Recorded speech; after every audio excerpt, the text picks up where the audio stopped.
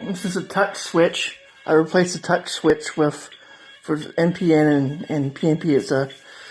It's push and pull type of amplifier oscillator, and I replaced this with 0.02 microfarads and a switch with 0.02 microfarads. So I also replaced the touch switch, which replaces the key with touch switch.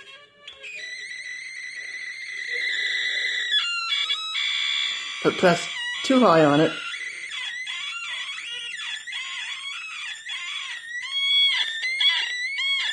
strange noise it makes.